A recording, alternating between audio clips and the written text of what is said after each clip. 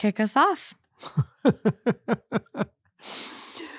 It's like I'm still in like stun shock from just all of this. All of what? Just going on today and everything else.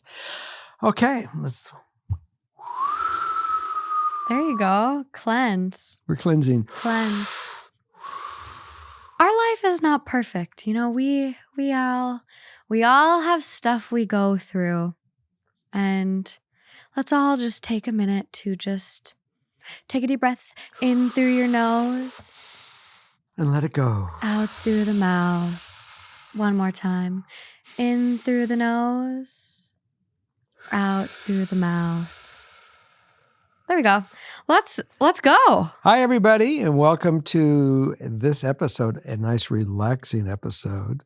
I don't know. A Father Knows Something. Morgan is back from her YouTube little trip. Yeah, YouTube sent me to New York for a little creator summit they had, and it was really, really, really good. So thank you, YouTube, for picking me to go.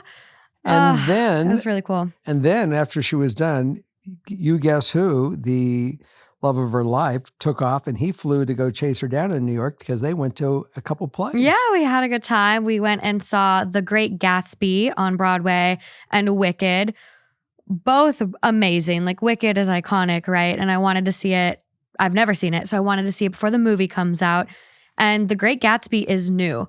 And if you are a Broadway person or if you're ever in New York and want to go to a show, that show is incredible. Like, I'm still thinking about it. And Wicked, you know, is 20 years old now. What they've come up with nowadays in terms of set design and how they can do production. I mean, I'm blown away. They were literally driving cars on stage. They had multiple cars. On Wicked or on Great Gatsby? Wicked is very like original musical, like not a lot of props. A lot of it is projection. And Great Gatsby truly transforms you into every scene. And there's Gatsby's mansion, a cottage, a hotel room, an apartment. Like I was blown away by how they really immersed you in it, and amazing. So New York was really fun. It was great. So on another note, I was talking with a fellow I was sharing with you. Yeah. And he had never seen the show. And I told him about it, and he looked it up on YouTube, and he goes, I got one for you. He goes, can you help me with my son? Yeah. And I thought to myself, parents, chime on in, because it's really interesting. Now both sides can really hear how each one of you think on different processes on how to communicate. And it was an interesting segue for me to go give him advice, because he may have wanted to take it like a sour pill, but he listened. Yeah. And that was really, it's interesting to give them views on how to communicate. Yeah. So on that note, let's see what you got. Do we have a theme today? We do have a theme. I think it's going to be pretty good. Okay, it might not stick, right? Because I just kind of throw them together, and then at the end, we kind of are like, the theme should be this. But as of right now, I have like lay the hammer down ? And they're just kind of an assortment of stories that the writer might need to really advocate for themselves in this, or like set a firm boundary, or walk away, or just lay the hammer down. Okay. Let's see what you got, and then we'll see how that interprets. I know. I always butcher sayings, so I need to make sure that's like an appropriate saying. Okay. Well, I butcher words and what they're intended to say. So I don't know if this is the correct saying, but laying the hammer down started in the 70s when truck drivers would put the hammer down, meaning they wanted to drive as fast as possible. That's correct. It now can imply taking strong and immediate measures to address a situation, enforce rules, or deliver consequences. So that's how I'm leaning into this one. And I think you got that from your mom, because I used to hear something very similar from your mom. Maybe. We all get a little something from our parents, whether we like it or not. But let's get into this. Okay.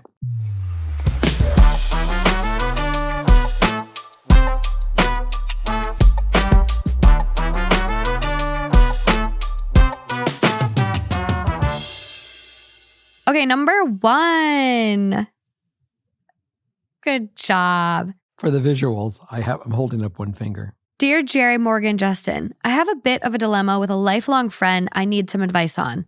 Last year, I moved back after finishing grad school and reconnected with my childhood friend, C, who I've been friends with since elementary school, but had kind of stopped talking to once we went off to college.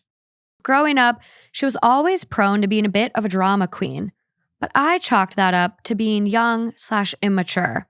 The problem is, she is still that way, and it's put such a strain on me that the friendship no longer feels beneficial. As an example, at a party, someone could make an innocuous comment, and she will misinterpret it and spend the rest of the party angrily sulking and expect me to also be mad at whatever she's mad about. Overall, she's a very negative person, and in addition, she puts a lot of pressure to hang out all the time and takes it personally if I can't hang out for any reason. It's gotten to the point where I'm basically ignoring her texts because I've had it, and I feel like I'm dealing with a 16-year-old girl rather than a full 25-year-old adult. What is the best way to deal with a friend that you feel you've outgrown? Ideal outcome? Ideally, I would still be somewhat in her life for big events, but realistically, I'm perfectly fine not being friends at all. I just don't want the explosive drama of confrontation with her, since that's how it's gone with other people in the past that have confronted her similarly. I've heard how angry she got at a previous friend who confronted her and told her she was being high maintenance, leading to a big fit, and now she constantly badmouths that person. I don't want the same to happen to me. How can I quietly stop being her friend?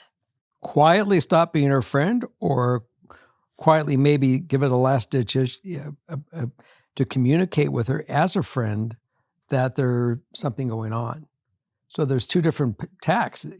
To quietly not be a friend, you just separate yourself and start ghosting. Yeah. You're not available. You're not available. Can't make it. You don't.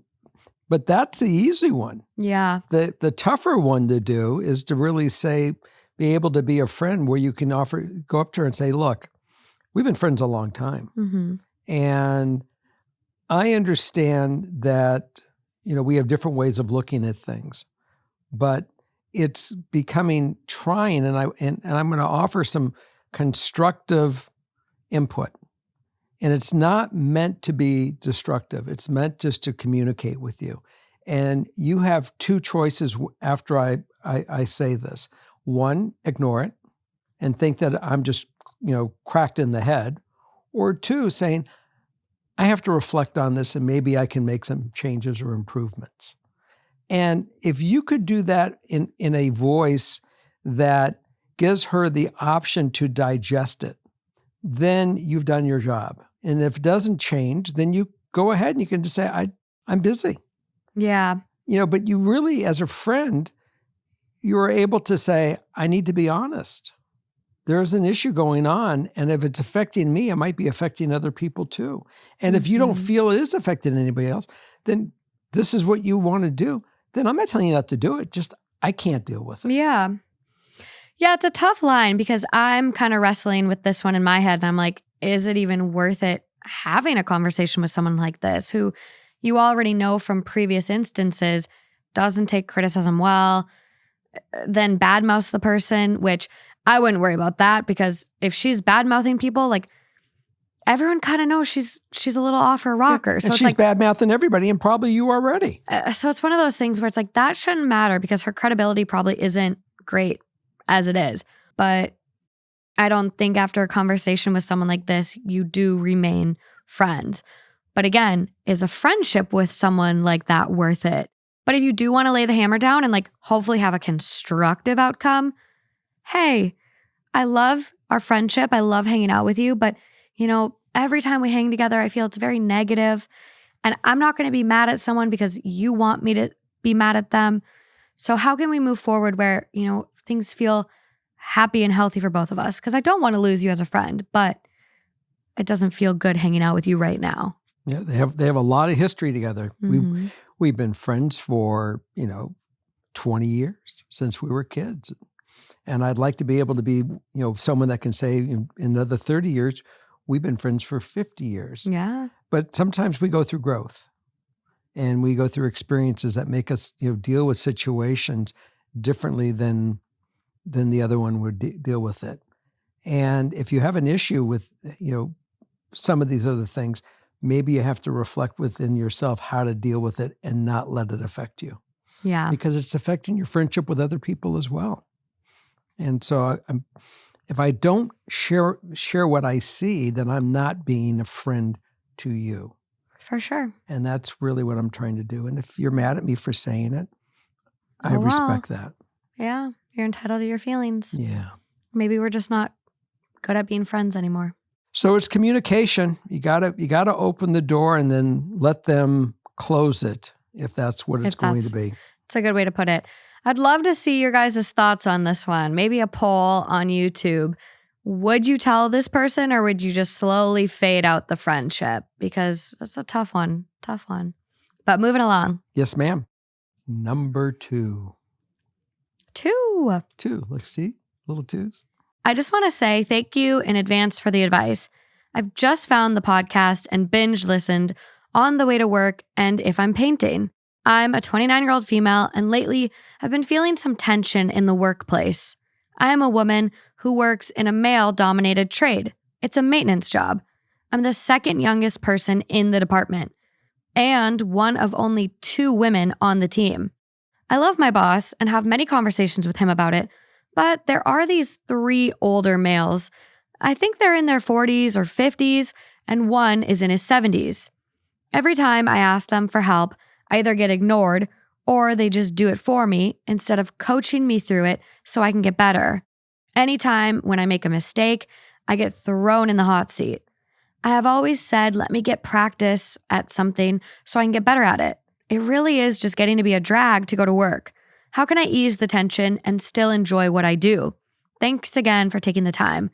Ideal outcome, I just want to be able to go to work, leave work at work, and not have to worry that if I mess up, I'm going to be put in the hot seat. It's unfortunate that you live in a world that, as much as we want to think that we have equal opportunity, that guys that might be 70 years old or whatever, 40 years old or 50 years old and are backwards, have a problem saying a woman can do maintenance, can do electrical, can do certain things that there's no reason in the world that you can't do. Absolutely. And I've experienced this in the last couple of weeks. I was looking to be able to get people trained to where I'm working, that they would send people that would be hanging around for the future to get trained. And there are certainly women that work there in maintenance. And I haven't seen anyone pop up yet to say, send this person or send that person. And none of them have they suggested that would be a woman. And there's not a reason in the world they can't. That's really interesting and very sad. It is. And honestly, given what you're looking for, which is working with electronics and attention to detail, I think a woman would be better. Well,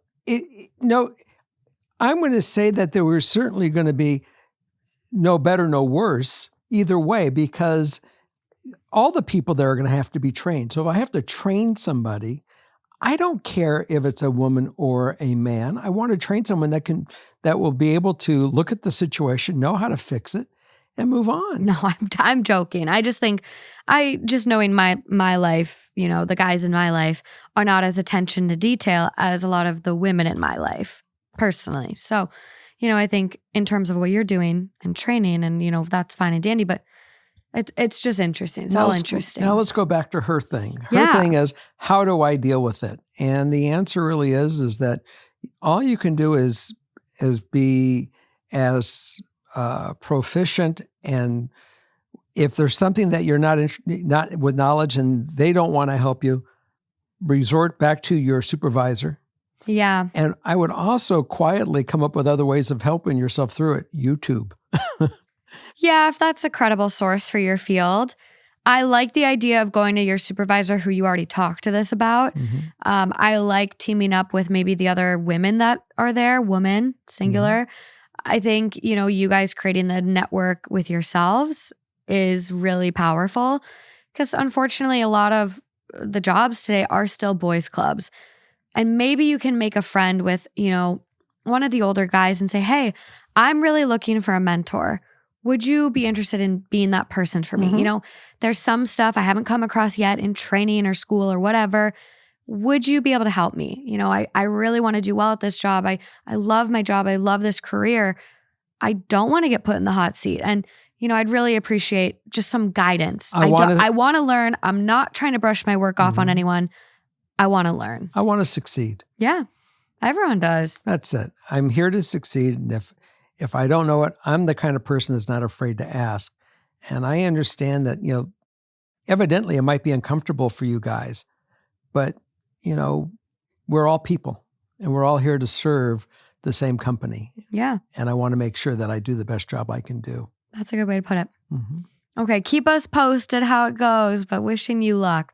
I think this is when you lay the hammer down with one of these guys and just outright say, hey, we're all here for the same purpose. How can we all succeed? Right. Because in reality, if she was a young he new on the job, the 70-year-old would be happy to be grandpa to mentor the grandson. It's goofy. It is goofy. Now, and maybe a conversation of outright asking might help. I could see that kind of smoothing the bridge over in a weird way where it's like, oh, she's looking up to me. He is flattered. His tires are pumped, whatever that looks like. But maybe outright asking could make it easier. I've come from a different place than a lot of these guys. I came from a place where the women in my life that were older women have always helped me. I've gotten help from women. I've gotten help from men. And so I recognize the women that have helped me are amazing people, strong, well thought out, well thought. And in a lot of cases, didn't have the ego and the insecurity that the men in my life have had and their own insecurities. The women were much better. And it's really a lesson to take that we should, I wish that some of these other people that are narrow-minded and have this objection to women in the workplace, where I'll never understand how they can continue that in today's world, but apparently it's real. It's still there. Sad.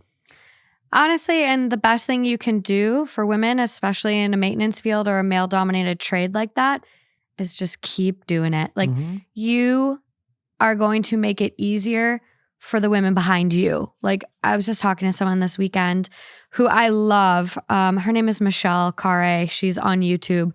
Watch her stuff. She is incredible. But she just recently joined the Producers Guild. And she's one of the first, if not the first, YouTuber to do it. And her content is so produced. There's such an art. It's so time consuming and all of this stuff. And she was really fought on it. And, we were talking about how her struggle and her, drive to make it there and get accepted into this guild is going to make it even 1% or 5% easier for the person behind her. So just keep doing you, showing up every day and showing them you deserve to be there. And think outside the box on how to solve some of the problems. Yeah, definitely.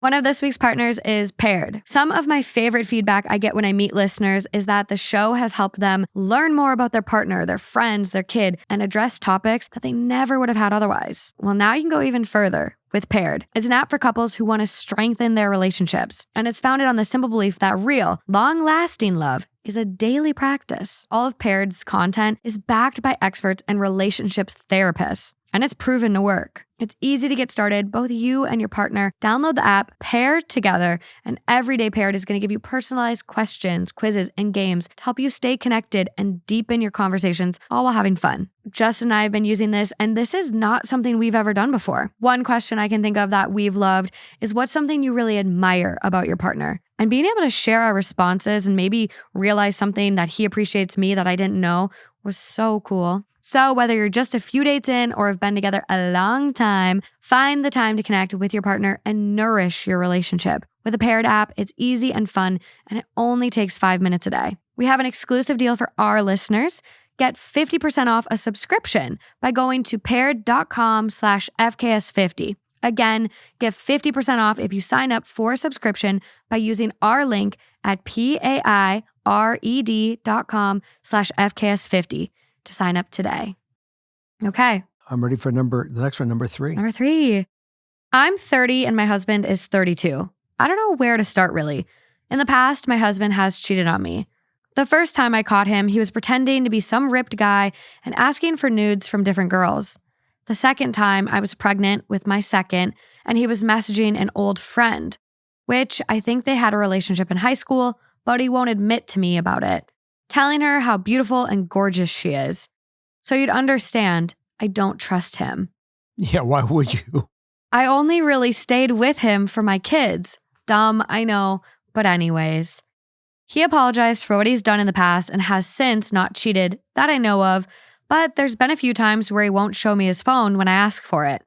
There was one time where we were talking about finances and I wanted to use his phone calculator and to see if our bill was correct, and he made me go get my phone from the next room because he did not want me to use his phone. So I then got mad and changed my passcode on my phone so he doesn't have access to it at all, since he loves to just pick up my phone without asking and go through it. Projection. Well, the day came where he noticed my passcode had changed, and he was furious that I wouldn't give him my new code. But I didn't give in. I wanted him to feel how I felt in the past. Well, since then, I feel like I've become indifferent to him. I still love him, but I don't feel in love with him. This makes me sad, because since I was little, I've always dreamed of having a perfect family, and now I fear I will have to divorce, and I don't know how well my kids or I will have to adjust. Ideal outcome? I guess I just need advice, as I don't know what to do or what I really want. For sure, I just want what's best for my kids and I. When you went to him and he said no, and you said, I'm going to get even with him. I'm going to change my passcode. The first thing that came to my mind is we're now playing a game of, keeping score. And it's a bit tit for tat mentality. It is. And as soon as you start that, game over. That's where the game really ends. Look, he definitely fucked up with lying and cheating and trust. And that's on him. There's no doubt.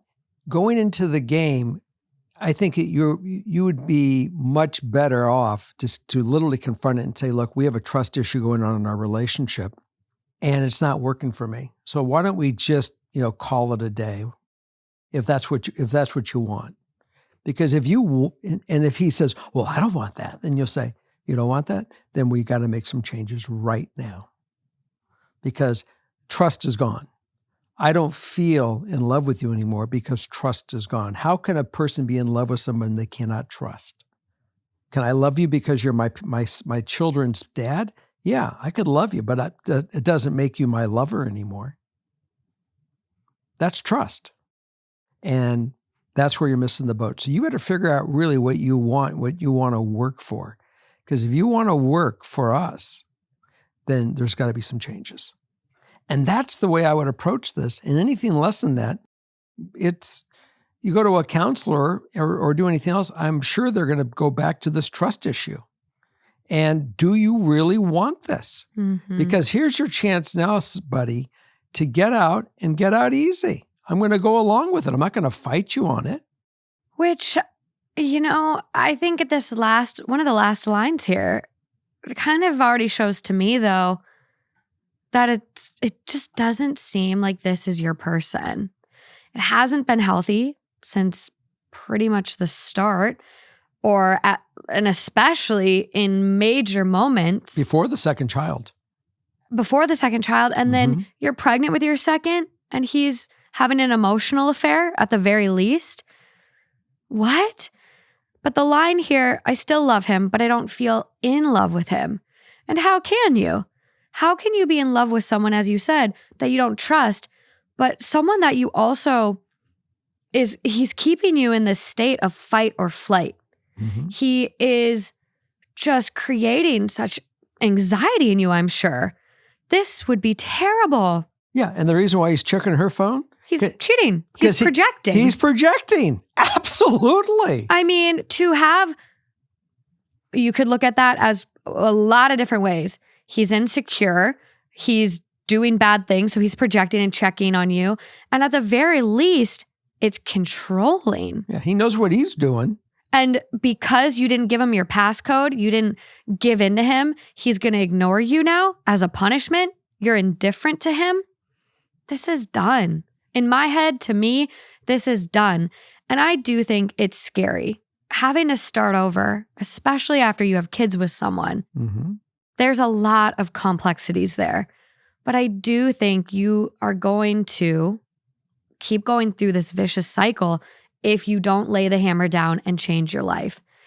I do think your person is out there, someone who's going to be an amazing step parent and just love you and respect you and treat you the way you deserve to be treated. But this fight or flight, crazy anxiety life, it sounds like it's high cortisol and just you're not fun. You're more in the thing.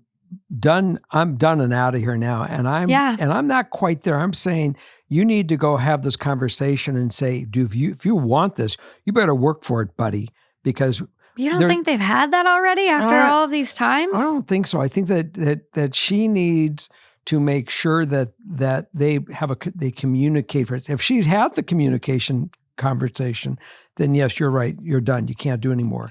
But you can certainly, if she has not had that conversation, she must have that conversation by saying, if you really want this, we are going to get through this. Because there are a lot of couples, marriage is long, and there is a lot of work that sometimes has to go into a marriage with relationship where it gets derailed and you have to get it back on the rails, and you may not get it on the rails quickly. It may come later. Mm-hmm. But you got to at least offer that track to get back on that rail, that on-ramp. And if they don't take it, then absolutely, you've done everything you can, move on and go forward. Yeah. Yeah. I mean, it just depends on what you really want. If you want to give this like your third and final attempt, then give it your all. But you can't be pulling his teeth to drag him to therapy. You got to make sure you have a vested partner. He wants to go. He wants to go. He wants to fix your relationship. Otherwise, call it now. Save yourself more time. That's correct. And find your person. That's my thought. Because your person won't treat you like shit. I will say one thing, that she is 30 years old. She's at the right age. This is the time to move on if you're going to move on. Oh my God. All of the people I know, like I have a couple of friends that have already been divorced now. Mm-hmm. And they're like, I'm so glad I had my first marriage young. Mm-hmm. I'm so glad it taught me so much. Mm-hmm. And now my standards and what I want for my person Mm-hmm. through the roof. Like I know I'm deserving of a good, happy, healthy love. And they're not sacrificing any of their wants. They're not settling for less. It's worth it. Allow them to move forward and allow both of you to move forward and find the right people. Mm-hmm. Okay, let's move on to number 4. Let's go. Rock and roll. Hoochie coo. What? Rock and roll. No. What's that other part? Coochie coo? It's hoochie coo. I've never heard of that. Rock and roll hoochie coo. You never heard that? No, I don't know if I like those lyrics. Well, anyways, number 4. Because you got your mind in the gutter. Just hoochie who? It's rock and roll hoochie coo. Yeah, hoochie coo. Hoochie coo? Yeah, rock and roll hoochie coo. The words. By lyrics. Rick Derringer? See? I don't. You want to play it? No. Okay. No, I'm okay. That's back from like the 60s. Wow. You got a good brain there. 70s. Okay, number 4. Back before you guys, made everything dirty. No, hoochie coo. I didn't know like what it meant. I just don't like the way it sounds at all. Really? I think hoochie coo back in the day was like, cheek to cheek. Huh. It was not what you think with when they talk about, cooch, hoochie, hoochie or coochie. Okay. I wasn't going there at all. I didn't know what it meant. I just didn't like the way it sounded. I just didn't like it. You know how you hear some words and you're just like, oh, I don't like that word. For a lot of people, it's moist. I broke my glasses laughing. Oh, yeah. Oh. Funny how that happens. Yeah. Oh, what socks are you wearing by today? Just by the way, today. Just little lips, little love socks. Hoochie coos. Hoochie coo. Funny. Rock and roll. Hoochie coo. Yeah, funny. Let's go. Another one of this week's partners is IXL Learning. Everyone wants to set their kids up for success. And the reality is, we all might struggle in some areas and need a little bit of extra help with learning. You guys all know math, not my strong point. And I really would have benefited from using tools like IXL Learning to get better with math. IXL Learning is an online learning program for kids. It covers math, language arts, science, and social studies. And it is designed to help them really understand and master topics in a fun way with positive feedback. For me, I don't even know where to begin with math help now. And I know tutoring is expensive. A single hour of tutoring costs more than a month of IXL. And while it might not be for me, it is for kids pre-K to 12th grade. And no matter what age or personality they have, because they're all so cute, IXL has algorithms that gives the right help to each kid based on how they're doing or what their vibe is. So if you want to make an impact on your child's learning, get IXL now. And Father Knows Something listeners can get an exclusive 20% off IXL memberships when they sign up today at IXL.com/FKS. Visit IXL.com/FKS to get the most effective learning program out there at the best price. So this next one, how do I deal with my sister-in-law always giving me unwanted opinions and slightly dissing me? She is super nice and we get along pretty well. But ever since I got pregnant, she thinks her opinions are the only right way of doing things. For example, she asked me about my birth plan, and I told her how I don't plan on doing an epidural because, quite frankly, I'm terrified of it. And if I'm in enough pain, the fear of it will definitely go away and I'll get it, but that's just not the plan. She told me that I don't get a reward for not getting one and that I need one because she got one. I hate confrontation, so I just went quiet, but I hate not standing up for myself, and it makes me not want to be around them. Another thing was that we have a plan for me to quit my job after the 12th week of maternity leave and get a morning serving job because my overnight job does not align well, and we want someone home at all times with our child instead of relying on a babysitter. My sister-in-law told me she could never quit. We work at the same job, her boyfriend, my boyfriend, and I, because we just make, quote, too good of money, and that I'm going to lose so much when I quit. It's insulting to me that she thinks like that, and it makes me want to rage, but I don't know how to stand up for myself. What do I say or do in these types of situations that there's no way to avoid her? We watch her kid on weekends because of her job, so we always have to see them. Ideal outcome? Find a way to talk to her that doesn't sound rude, but politely tell her that I don't care about her opinion. Additional info, we are both the same age, 23. And she is also very fortunate to have her boyfriend's family who helps them. As for my boyfriend and I, we have had to work very hard to get where we are, and I have to leave the job I love. Because we have no one, which she will never understand. I had an aunt, and she was one of those people I was talking earlier about that was just extremely wise. And when I would go to her and solicit an opinion, she was always brilliant by saying, honey, I don't give opinions. I appreciate you asking, but I just don't tell people what to do. Interesting. What did she give then? Uh, Anything? Any feedback? She gave, you would have to vocalize in a different way to get a thought out of her. But she certainly did not give an unsolicited opinion. And to go to your friend or your sister-in-law or whatever she is, you can certainly say that I heard a story about a woman that was the most wise person that somebody knew because she didn't give unsolicited opinions. And see if that takes effect. She might be too blind to it to even get it. I don't think it's going to go over her head. Then the next step then is I would just say, you know something, I really appreciate the fact that we're friends, but I don't appreciate the unsolicited opinions. What might be good for you doesn't necessarily mean to be good with me, and I don't really want to hear it. So if you're going to have a relationship with me where it's going to be consistent, your opinion, without me asking for it, then I'm going to have to really lock it down. Mm-hmm. Because I find it offensive. I find it to be a boundary that you are crossing. And I don't want to be negative, but I want to be realistic. So please recognize it's a boundary. Unless I solicit your opinion, don't offer it. Yeah, I think it is time to lay the hammer down and stand up for yourself. It's okay to ask someone if they tell you something that you just don't want to hear. Or the example I can think of is like, that dress doesn't look very good on you.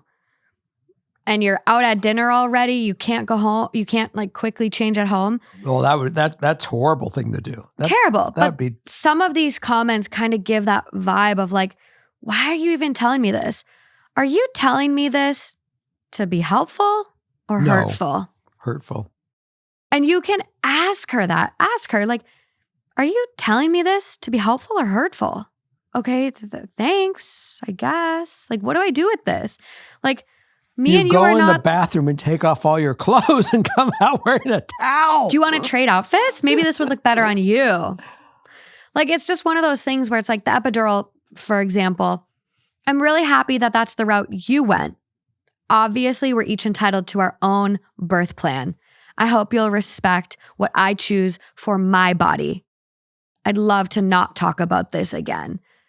You're not, depending on the tone, you're not being rude. You're setting a clear boundary. Mm-hmm. That is a nice way to do it. And like, I think sometimes we don't feel we should advocate for ourselves, or like standing up for yourself is wrong or you're going to rock the boat. She sounds like she has a really strong personality. Like, she's walking all over you because you've let her. So stand your ground. Like, it's okay to say, hey, I just don't want to talk about this. I don't need advice. Thank you. I appreciate your concern, but we're just not going to talk about this. Yeah. Respect what I choose for myself. Perfect. I also think it's really frustrating as a total outsider, and this is like obviously a little unrelated, but I find it interesting that she's criticizing you about your job and all of this. Meanwhile, you watch her kid for her every weekend so she can keep this job. What would happen if you didn't watch her kid anymore? Are they going to help and repay the favor by watching your little one? Like, why? You know what I mean? Like, there's almost this double standard here. And I would honestly, given, you're going to be a new mom and you're missing out on, money by making the choice to start serving so you can be there for your little one. Like, I don't know. Like, I know myself, I would want more time with my family when I have it. So maybe you don't watch her kid every weekend. Maybe it goes to every other weekend. Maybe you charge her. Babysitting. Yeah. I think that's great. I'm going to take on some other daycare kids. I can only handle so much. So, if you still want me to watch your little one. I'm going to be at home, but I'm not making money and it's costing me money to be at home. So yeah, you get to make your tips, but. Yeah. And I don't think that's petty. I don't think that's revenge. No. I think that's just being real. Like, why does she get to criticize you about giving up your job that you love because it's what's best for your family and then still reap these rewards? It's interesting. I will also say your partner, whose sibling this is, needs to also step up. And when he hears these comments, he can also set a boundary like, hey, Melissa, enough. Like, Julie doesn't want to hear it. We're just not going to talk about this. Please respect our birth plan. Mm-hmm. Please respect her birth plan. Not his, it's yours. But like, he can also interject with his own sister. I think that she's got this one. I think that she has enough, feelings pent up that she's going to let loose and let it happen. And it doesn't need to be a big deal. Mm-mm. Sticking up for yourself does not need to be a big deal. It is necessary. Mm-hmm. We all need to advocate for ourselves in life. And you're not a doormat. You don't need to let this person walk all over you. And I'm with you on that it's one. just not, life is too short to get stompled. We're going to roll to number 5. I'm pissed. Okay. Moving along. You're really dropping the hammer everywhere. Yeah. Lay it down, lady. Keep us posted, please. And just know I still love you. It's just a little tough sisterly love because it's just not, life is too short. Okay, let's let it go right now. Let's go to Okay. number 5. Breathe in through your nose. Let out the bad stuff. Okay. Another one of this week's partners is Greenlight. How do you guys talk to your kids about money? I myself barely know how to make a good budget. And where do you start learning how to invest? If I myself barely know about it, how do I teach a little person about it? Well, that's where Greenlight can come in. Greenlight is a debit card and money app made for families. As a parent, you can actually send money to your kids and keep an eye on their spending and saving while your kids and teens are going to build that money confidence and lifelong financial literacy. I know I myself would have loved Greenlight's chore feature if I would have known that at the end of cleaning my room or walking the dog, there was going to be money on my debit card that I could then go spend. 1, I would have gotten those chores done a lot quicker. And 2, I would probably be better with my money today. I mean, I'm even thinking about signing my dad up for Greenlight. He's admitted on previous ads he doesn't even know how to budget. And that's scary for a 67-year-old. Millions of parents and kids are learning all about money on Greenlight. It's the easy and convenient way for parents to raise financially smart kids and navigate life and money together. So sign up for Greenlight today and get your first month free when you go to greenlight.com/FKS. That's greenlight.com/FKS to try Greenlight for free. Greenlight.com/FKS. Here we go. Hi, Dad, Morgan, and Justin, and anyone else who might be listening. Before I get into it, I wanted to tell Jerry that I was the pregnant woman, through surrogacy, that's important for my story, that you approached at the show in LA. You told me that you were wanting to make a recording for mothers during labor and asked me to come up with what to say and let you know. I completely forgot about that until recently and also had the baby. I'm so sorry. Okay, now back to what I actually need help with. Well, wait a minute. Whoa. Is she going to go to the next LA show? If you're Coming there, up. make your notes. Let's talk because I'll be at the LA show. I have 2 kids, a son who's 4 and a daughter who is 6. I was with their dad for 8 terrible years. He was abusive in every form of the word, and I finally got him arrested and out of our apartment in May of 2023. I have an up and down relationship with his parents, and they have a very unpredictable relationship with their son. When we split up, he took all of my money, which caused me to almost get evicted and lose my car. His parents lent me about $5,000 in a vehicle and paying for my rent. This is where it gets tricky. They also helped me move to another apartment I could afford by them co-signing for me. I still, over a year later, live in the apartment they co-signed for. My kid's father hasn't seen his kids since July of 2023, and his mom saw them one time shortly after. I also haven't heard from anyone since then. Well, fast forward to now. His mom is contacting me for the money back, which I simply do not have, and telling me that I kept her grandkids from her. She knew I was attempting to be a surrogate and wants money from that. I am a single parent and wasn't able to work during the pregnancy, so any money I made went to bills, paying off debt, and buying a new car. She also never asked me to see them. I'm terrified of making waves because I don't want her causing issues for me where I live, but I don't want anyone who has anything to do with their dad around me. It's too traumatic for me. I also want to mention their dad has no rights to my kids. He refused to sign their birth certificate, so I couldn't come after him for child support, and I have a restraining order against him. I don't want to hurt my kids by keeping them from their family, and other DV victims I've spoken with have said it might be in their best interest to see their grandparents. Any advice would be helpful. And please, if you can, email me back, blah, blah, blah, if you're going to read my story. I just went back to work recently and I don't want to miss it. Well, guess what, little doggy? I'm going to email you and gift you some tickets to the LA show if you can make it. So hopefully you go check your email. Thanks. Okay. Now, can I talk? Yeah, you go for it. Okay. First of all, I'm having a tough time to realize that on the birth certificate or not on the birth certificate, that guy's got responsibility. There is money that he certainly has to come up with. Child support. I mean, Yes.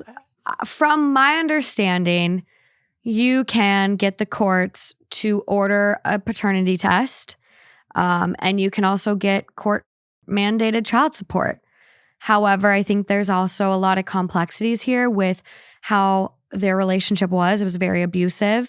There's a lot of complexities where our writer might not even want the child support, might not even want the tie from him or seeing that income every month from him because it is so traumatic. So there might be a bit of, complexity in that.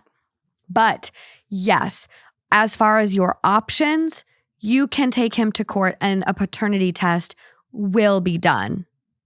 I can't imagine not to be so. I don't know. She's obviously California law, but I'm going to likely. It's interesting. So hit me up at the show. I'm going to do I'm going to ask a few questions of a few people, and it'll be interesting to see the answers I get. And you're going to send her tickets. But child support aside, yep. We have this grandparent who's coming in asking for money. We have a complex, co-sign apartment arrangement. And there's a lot going on here aside from the dad child support. I would have a discussion with the grandparent because obviously you don't want to cause any more riff. And your intention was never to make her pay for it. She really came out to help you.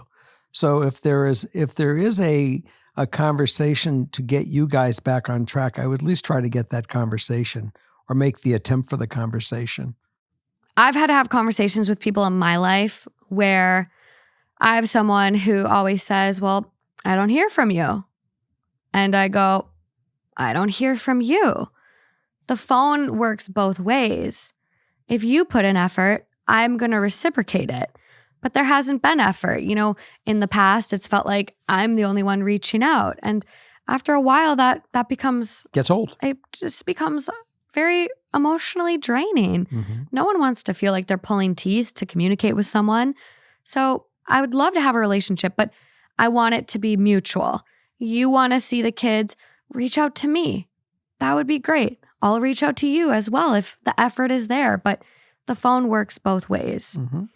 And I think it's hard, I understand that for you, it's traumatic to see anyone associated with him, but maybe you have other family that could help, mediate visits with grandma and grandpa. Maybe you could meet, offsite very neutrally where you stay back, but you can see who your kids are meeting. You're maybe a block away or 30 feet away, but you can still see, oh yeah, kids are safe with grandma and grandpa. So I think there's a lot you could do to still make sure your kids have that relationship, but you don't feel triggered. But you kind of have to do what's best for you. Apartment, talk to your landlord. Maybe now, since you've been there a year, you've proven you can pay for your rent. You've proven that you're reliable, stable. Maybe you can take that cosigner off your lease. They were nice and borrowed you that $5,000. Did they borrow it? Was it always a stipulation you would pay it back? And if so, that's something that they know we don't know. Exactly. And if that is the case, I would, I'd say to your ex-mother-in-law, I don't have it right now. And be honest, anything I made from surrogacy, I spent to live. Right. But didn't she also give him that money because he took the money out of their bank and he took the car? Maybe. Whatever the stipulation is, if it was truly a loan, have the conversation, be very honest. I appreciate you helping us get back on our feet. I don't know what I would have done without you, but I don't have it right now. Surrogacy wasn't this jackpot for me. I used that money to live and support the kids. So I'm happy to pay you back, but could we figure out maybe a payment plan that works for, me and what I'm dealing with? I'm just going back to work. Yeah, she's obviously coming to you out of negativity and out of anger and not out of a good place. So I would try to see what's really going on. And it could be embarrassment too. Maybe she's realized, oh my God, it's been a year since I saw my grandkids. Wow. And she hasn't reached out to me after all that help I gave her. Mm-hmm. She's probably dealing with a little bit of embarrassment because that is embarrassing. Reach out. Yep. Reach out. Let us know. Yeah, keep us posted. Don't forget to come up and say hi. Yeah, I hope to see you at the LA show. As you guys are listening to this, it'll literally be the following week. Yeah. So we're so excited to be back on tour. I'm doing the Google form for it today. So if you are coming to the tour, I'll put the link for that in the description and be sure to submit some juicy stuff.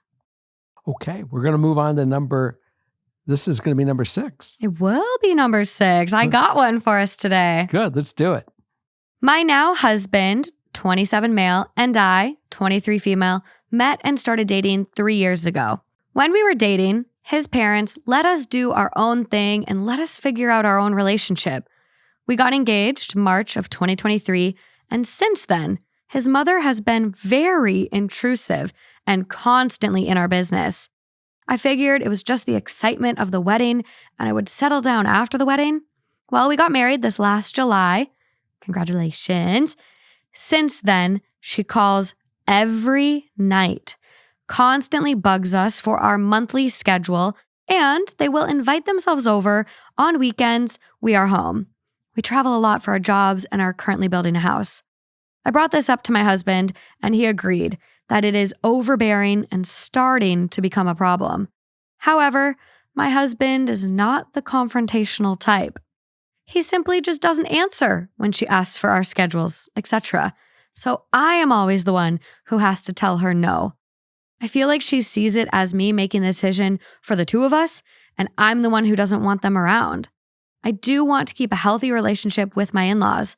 I just want space from them and to be able to build our own family too.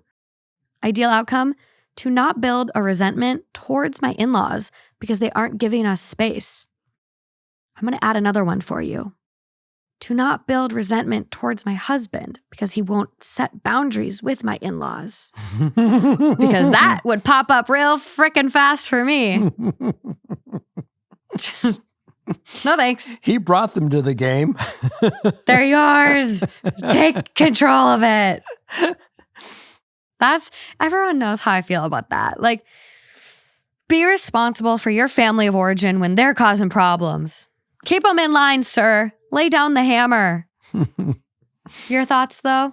I think the husband really does have to step in here and help. I mean, it is. I have certainly seen dynamics in families where they look at the bride and who is the outsider, and they say, yeah, she is separating us. She is making our relationship, she's the one that's doing this and all. And they always put it on the other person. And how easy of a target is she? She's new. Our relationship was great before she got here. And the reality is because the kid because her own offspring doesn't speak up, it's on the other person, where it really is both of them that have the issue. The offspring has to really have the conversation with their parents. Sit them down and say, look, we're not trying to alienate you, but we also want you to respect the fact that we, do have our own life. We're trying to, function with work. We're trying to have our own time together. I find that, and I only can use me as an example, okay? Because I can't use anybody else. Carry on. Okay. So you guys have your life at home. Mm-hmm. Am I always in your face? No. So and it's not that we've had any conversation to stay away. At least I have the sensibility of saying, look, I got my life. I got my own shit to do. They have their shit to do. And there are times where I'll try to communicate. Like yesterday you said, you seem to be really needy. You just kept calling me and calling me. And I'm like in the middle of stuff every time. And I knew that you just got back. I knew that I had a schedule that was crazy. And I know we wanted to record.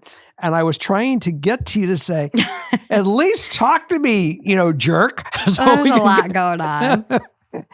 So it wasn't trying to invade space. It was really trying to communicate. So I think that, the discussion really has to be brought by him to his parents, and then to not make you the fall guy. Yeah. And I think you can kind of ask him too, where it's like, babe, I get you don't want to confront them, but she's not going to go away because you ignore her. And then it's going to only make my relationship with her really stressed. Exactly. Strained, and I don't want that. So you need to really kind of pop in here now. And I will say, I think it's interesting to me, and we're all so different, right? Like what is perceived to be easy to me is confrontation to someone else, right? We all have these different levels of like what we feel is confrontation. But I find it interesting that just kind of saying, you know, hey, we're traveling a lot for work. When we're home this weekend, we just want some downtime. We haven't seen each other. We want to connect. We just want to relax and not entertain. And I get it, Mom. I love you. I know your family. I know it's not entertaining, but you know, it still is. So we can't see you this weekend. It's interesting to me that is perceived to be confrontation versus just like, hey, that's just a normal little thing. Like I'm unavailable. I love you, but won't be seeing you. And that is totally acceptable. That's yes, Absolutely. very healthy. Very healthy. So if she doesn't get that, then the problem isn't even him. The problem is really her. And then we go to the next step. Yes. So let us know how this one works with starting with your husband. And then we'll go hit me back. Yeah. Yeah.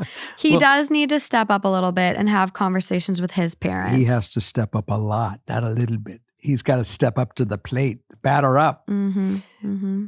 And now entering the batter box, husband. Yeah, there we go. But that's all I got. We've got some really good stories on Patreon that we've already read. I'm the free story. Yes, Father Knows has free stories now. So come on, join us. And then I'm on the first 2, and then Justin's on the second 2 for the month. So fantastic. It's a good time over there. Everyone, we'll see you. We'll see you when we see you. I know. Should we take some more closing breaths to really, yes, if those stories just rocked us like they did me? Are you going to? Yep.